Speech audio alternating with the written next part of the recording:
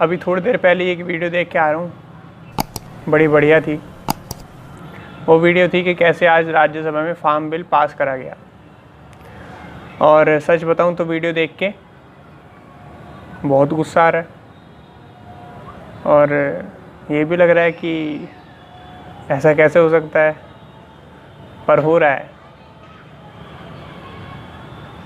जिस कारपेट के ऊपर ये 130 करोड़ लोग या फिर ये मान लो 750 करोड़ लोग खड़े हुए थे, उस कारपेट को तुम्हारे पैरों के नीचे से ज़बरदस्ती खींचा जा रहा है अब।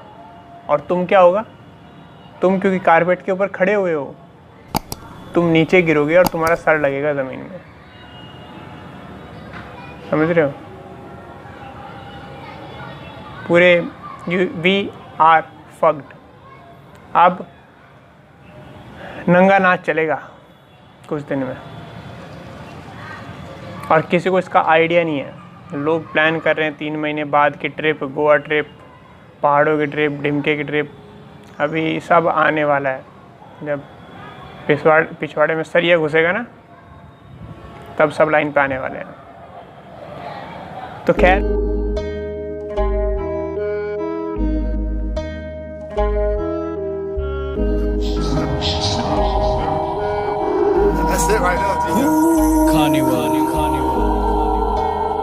खैर पर आज वीडियो का टॉपिक कुछ और है। तो आज वीडियो का टॉपिक है रिसेंटली 1 सितंबर को नेशनल क्राइम रिकॉर्ड्स ब्यूरो यानी NCRB का डेटा आया था इंडिया में डेथ्स के ऊपर। तो हर साल ईयरली लॉन्च करते हैं कि भाई इस साल कौन आदमी किस रीज़न से मरे, कैसे मरे, क्या हुआ। तो आज तो उन्होंने उसमें डेथ्स में सुसाइड का भी एक डेटा होता है कि भाई सुसाइड कितने लोगों ने करा और क्या कहते हैं, क्या उसका इम्पैक्ट आया, कौन थे, रीज़न क्या थे लोगों के सुसाइड के, एक्सीडेंट के क्या रीज़न। तो ये डेटा आया और तो मैं इस डेटा को ही पढ़ रहा था। Since I am a law student, तो ऐसे फिगर्स, फैक्ट फिगर्स बहुत सारी बातें बता देती हैं जो हम यूजुअली इग्नोर कर देते हैं नंबर्स में, बट नंबर्स भी एक कहानी बता रही हैं। तो जो डेटा था वो कुछ ऐसा था कि, तो आई डोंट नीड टू, मतलब पेपर अभी मेरे पास है नहीं, बट फिगर्स वही हैं। तो ये फिगर्स मैंने अपनी आने वाली बुक में भी यूज़ की हैं अपने पॉइंट को प्रूव करने के लिए, लोगों को एक आईना दिखाने के लिए, समाज को एक आईना दिखाने के लिए, और सबसे ज़्यादा उन चूते के पट्टे लड़कों को एक आईना दिखाने के लिए कि तुम्हारी गांड फट गई, ठीक है, फटी पड़ी है और तुम्हें आइडिया भी नहीं है अब तक।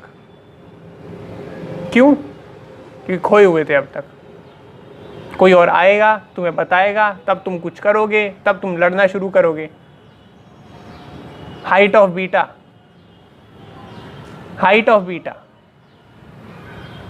तो उसमें डेटा की बात करते हैं। 1,39,618 सुसाइड हुए 2019 में। उसमें से आदमी कितने? 98,000 के अराउंड। कितना रफली अगर आइडिया निकालोगे, 70% सुसाइड आदमियों ने करे। 70%। कभी सोचा इसके बारे में कि 70% आदमी क्यों है, 70% औरतें क्यों नहीं है? अगर औरतें इस देश में परेशान होती तो 70% सुसाइड औरतों के होने चाहिए थे।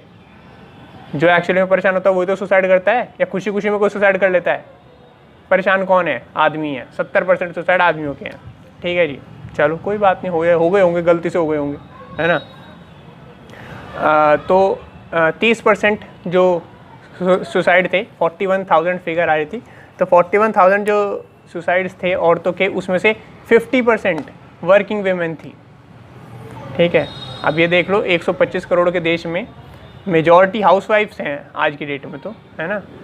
उसमें से 41,000 में से 20,000 जो थी, 20,000 थी हाउसवाइफ। पूरे इंडिया में करोड़ों औरतों में से सिर्फ 20,000 हाउसवाइफ्स ने सुसाइड किया, क्योंकि घर में वो खुश रहती हैं।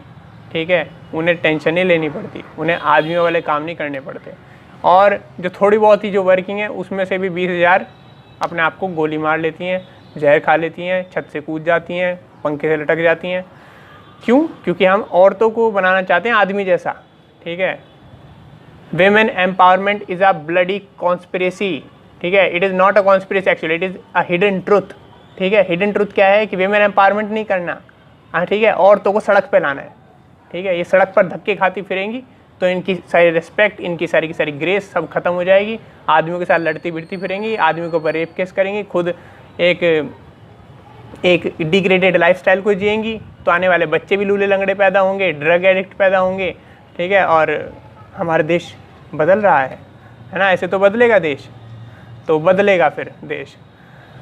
तो सुसाइड डेटा में ये फिगर्स थी, ठीक है। और एक और बात बताता हूँ, सुसाइड एक्सीडेंटल डेथ्स, ठीक है, एक्सीडेंटल डेथ्स जो होती हैं उसमें 80% डेथ्स मैन की थी एक्सीडेंट से, है ना। एक्सीडेंट यानी रिस्क, भाई जिस काम में रिस्क होगा उसी में तो एक्सीडेंट हो सकता है ना।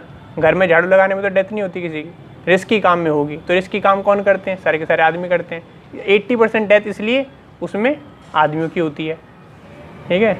विमेन एम्पावरमेंट और फेमिनिज्म कभी भी खंबे पे लटक के तार बदलने के लिए नहीं होती, वो सिर्फ कॉर्पोरेट ऑफिसों में आदमी को नीचे दबाने के लिए होती है, और कुछ नहीं होती। जहाँ पे एसी के कमरे में बैठेंगे बोले वहाँ फेमिनिज्म है, वहाँ आदमी बुरा है, ऐसा है वैसा है, 150 बात कर लो, कुछ भी कर लो, है ना।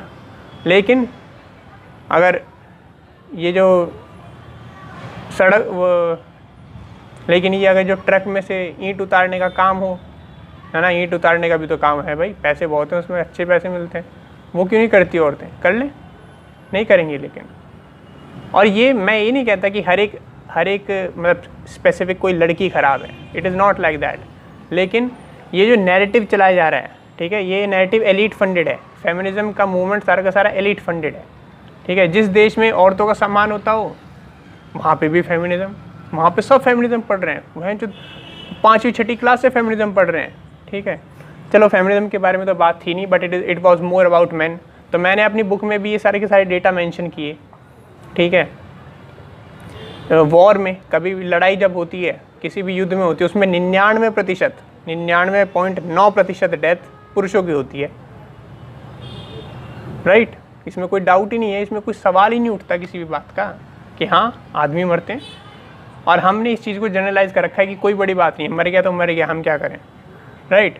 And this is not okay, ठीक है। मैं अपनी बुक के थ्रू यही हाईलाइट करना चाहूँगा तुम्हारे सामने कि एक्चुअली में तुम बहुत गहरे गड्ढों में फंसे हुए हो लड़कों, ठीक है। और इसमें से निकलने का सिर्फ एक ही तरीका है कि अल्फ़ा बन जाओ, अपना पर्पज़ रियलाइज़ कर लो, ठीक है। उसी के लिए मैंने बुक में आगे 10 रूल लिखे हैं, और उन रूल्स का फोकस यही होगा कि ये जो तुम्हारे साथ हो रहा है ये ना हो।